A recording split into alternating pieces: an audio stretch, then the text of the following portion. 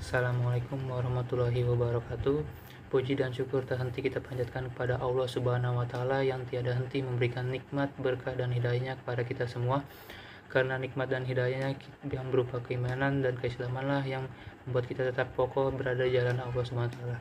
Dan nikmat kesehatan dan kesempatan dari Allah pula, sehingga kita dapat berkumpul di tempat ini dalam rangka melaksanakan salah satu aktivitas yang merupakan kewajiban kita sebagai umat Islam, yaitu menuntut ilmu. Salawat dan salam semoga tetap tercurah kepada junjungan kita Nabi besar Muhammad SAW yang diutus Allah Subhanahu wa Ta'ala ke bumi ini sebagai rahmatan lil alamin. Pada kesempatan kali ini saya akan membawakan ceramah kultum tentang menuntut ilmu, keutamaan dan kiat sukses menuntut ilmu. Kita lahir di bumi dalam keadaan tak berilmu. Oleh karena itu, setiap orang tua berkewajiban mendidik dan mengajarkan ilmu pengetahuan pada anaknya. Karena manusia lahir ke dunia dalam keadaan tak berilmu, maka Allah Subhanahu wa Ta'ala memerintahkan kepada semua manusia, terutama umat Islam, untuk belajar atau menuntut ilmu sebagai bekal untuk menjalani hidup. Sesuai dengan sabda Rasulullah SAW, yaitu belajarlah karena seseorang tidak dilahirkan dalam keadaan pandai dan pemilik ilmu tidak sama dengan orang-orang bodoh. Dalam pandangan Islam, ilmu adalah sesuatu yang tergolong suci. Ilmu bagaikan pelita atau cahaya di malam yang gelap. Seseorang tak akan dapat berjalan dengan baik di malam yang gelap tanpa cahaya atau pelita. Demikian pula halnya tak dapat seseorang membedakan yang benar atau yang salah kecuali dengan ilmu. Mengenai perintah menuntut ilmu, Allah Subhanahu wa Ta'ala memerintahkan secara tersirat dalam wahyu yang pertama diturunkan kepada Nabi Muhammad SAW dalam Quran surat Al-Alaq ayat 1-5 yang berbunyi Bismillahirrahmanirrahim. Iqra bismi rabbikal ladzi khalaq, khalaqal insana min 'alaq. Iqra wa rabbukal akram, allazi 'allama bil qalam, 'allamal insana ma lam ya'lam. Wahyu pertama ini sebagai tanda pengangkatan Muhammad menjadi utusan Allah, memerintahkan Iqra, bacalah, meski tak secara langsung mengatakan belajarlah, namun perintah Allah dalam ayat ini untuk membaca adalah perintah tersirat kepada manusia untuk belajar. Karena membaca merupakan salah satu cara untuk belajar. Membaca yang dimaksud di sini tak sekedar membaca buku atau materi pelajaran, tetapi juga bermakna sebagai perintah untuk membaca dan memahami tanda-tanda kebesaran Allah Subhanahu wa Ta'ala.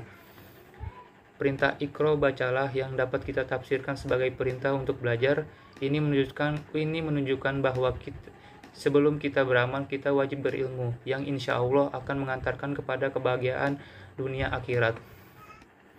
Islam tidak menghendaki umatnya sengsara di dunia dan akhirat. Oleh sebab itu, perintah menuntut ilmu tidak dibedakan antara laki-laki dan perempuan.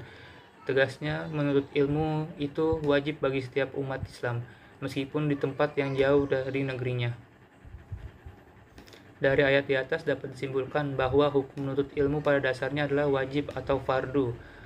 Ada yang hukumnya fardu ain seperti menuntut ilmu agama, terutama yang berkaitan dengan ibadah kepada Allah, seperti cara berwudu, sholat, dan sebagainya. Ada pula yang hukumnya fardu kifayah, seperti ilmu-ilmu yang dibutuhkan untuk mendukung urusan dunia, seperti ilmu kedokteran, karena ilmu ini menjadi penting untuk memelihara tubuh, atau ilmu hitung, karena ini akan menjadi sesuatu yang penting dalam muamalah atau jual beli, pembagian wasiat, harta waris, dan lain sebagainya. Selain itu, hukum menuntut ilmu bisa berubah menjadi haram jika ilmu yang dipelajari dapat mendatangkan mudarat bagi diri sendiri maupun orang lain, atau menyesatkan dan membahayakan seperti ilmu hitam, ilmu sihir, santet, dan lain sebagainya.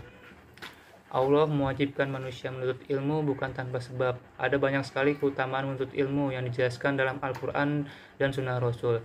Allah Subhanahu wa Ta'ala akan mengangkat derajat orang beriman dan berilmu sebagaimana firman-Nya dalam Quran surat Al-Mujadilah ayat 11, yaitu yarfa'illahu allazina amanu minkum wallazina utu ilma darajat. Niscaya Allah akan meninggikan orang-orang beriman di antara kamu dan orang-orang yang diberi ilmu pengetahuan beberapa derajat. Dari ayat tersebut tersurat janji Allah yang mengangkat derajat orang-orang beriman dan berilmu, tak hanya di dunia tapi juga di akhirat.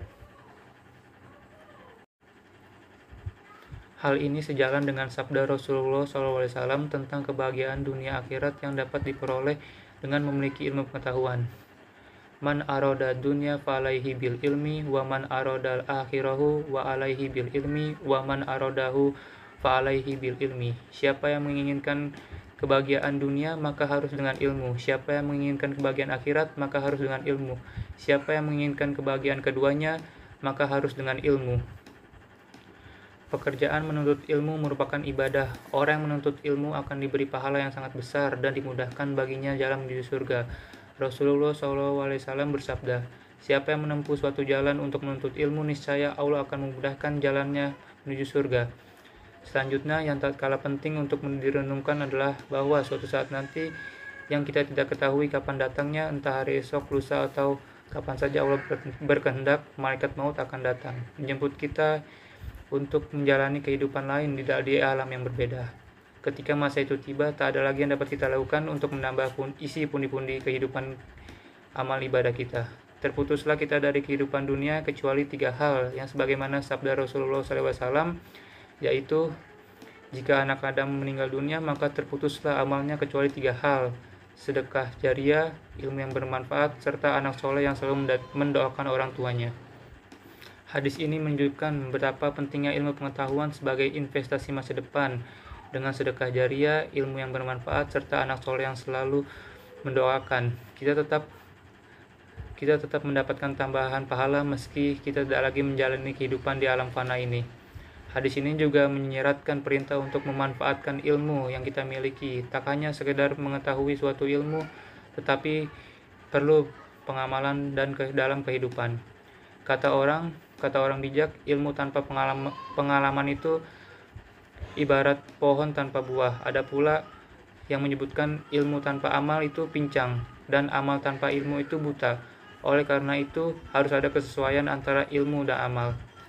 Selain mengamalkan ilmu yang kita miliki, kita juga diperintahkan berbagi ilmu atau mengajarkan ilmu kepada orang lain yang kita miliki pada orang lain.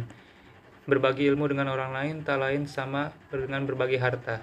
Jika kita memberi harta kepada orang lain, maka secara otomatis kita akan kehilangan harta itu, atau dengan kata lain, kita tidak lagi memilikinya.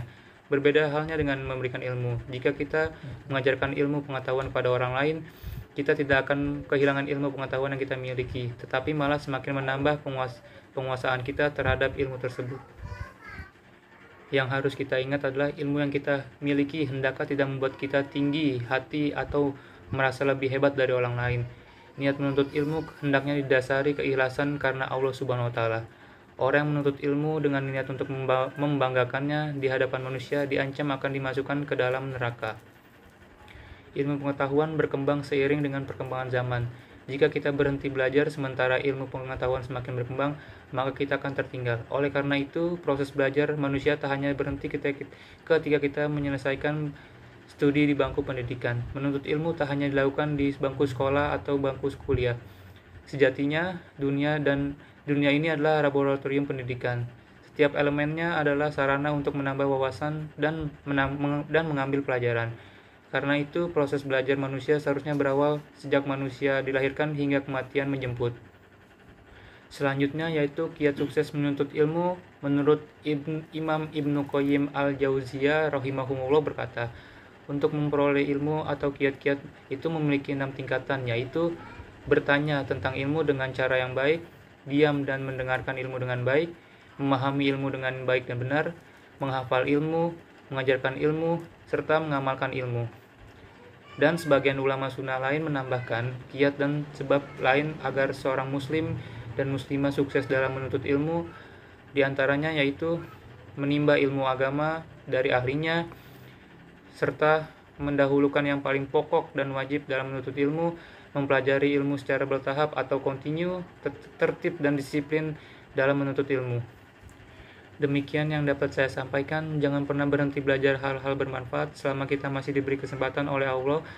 Dengan niat ikhlas karena Allah, mudah-mudahan kita semua memperoleh keutamaan menuntut ilmu seperti yang dijanjikan oleh Allah dan Rasul-Nya. Amin, amin, ya Rabbal Alamin. Semoga dapat bermanfaat bagi kita semua. Jika ada kekurangan, itu datang dari diri saya sebagai makhluk dhaif yang tak luput dari hilaf. Dan atas semua kesalahan itu dimohon maaf dan dimohon ampun pada Allah SWT. Semua kebenaran yang terucap datangnya dari Allah SWT. Sebagai Sang Khalik yang maha sempurna, semoga dapat dijadikan pelajaran dan bahan renungan. Akhir kata dari saya, nun wal kolami wama yasyurun wastabikul khairat. Saya Husnul Yakin dari kelas S6C. Assalamualaikum warahmatullahi wabarakatuh.